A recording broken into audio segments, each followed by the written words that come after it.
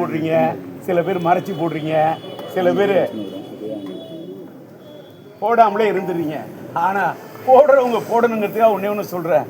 இன்னைக்கு ஒரு சட்டமன்ற தொகுதிகளாக இருந்தாலும் சரி, ஒரு நாடாளுமன்றத்தில் போய் நம்ம உறுப்பினர் ஆகணும்னாலும் சரி, குறைந்தபட்சம் 20 கோடி, 40 கோடி, 60 கோடி, 80 கோடி, 100 கோடி, 110 கோடி இப்படி செலவு பண்ணும் பல கோடி. தமிழ்நாட்டோட தென் தமிழகத்தோடைய கடை கோடி, அதுதான் தனுஷ்கோடி. ஏழை எளிய மக்கள் நிற்கக்கூடியது தெருக்கோடி.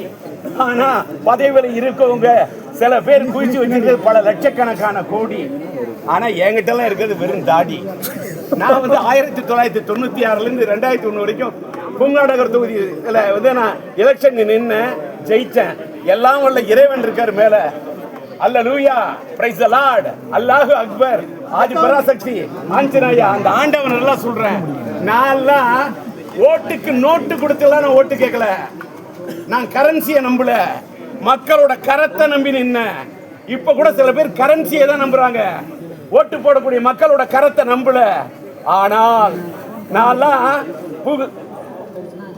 பூங்காநகர் தொகுதியில் நின்னப்ப மக்கள்கிட்ட எனக்கு போடுங்க ஓட்டு அப்படின்னு பாடி கேட்ட பாட்டு ஏறின பல வீட்டோட கேட்டு ஓட்டு கேட்டு போனேன். கேட்டது ஓட்டு.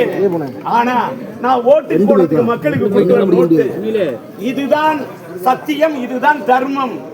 அதனால இந்த தேர்தல்ல எந்த மக்கள் காசு வாங்காம நோட்டு வாங்காம ஓட்டு போடுவோன்னு போடுறது யாரா இருந்தாலும் சரி, அவங்க ஒரு சுயேட்சை சின்னத்துக்கு போட்டா கூட சரி, அந்த ஜனங்கள் அந்த மக்கள்லாம் அவங்க தான் உண்மையிலே ஜனநாயகத்தோட உண்மையான தீர்ப்பை எழுத வந்திருக்கக்கூடிய தெய்வங்கள். அந்த மக்களுக்கு அந்த மகேசன் தீர்ப்பை கொடுக்க வேண்டும் என்று வந்த மக்களுக்கு என்னுடைய மனமார்ந்த நன்றி, லட்சியம் கலந்த நன்றி. பேசிட்டேன்.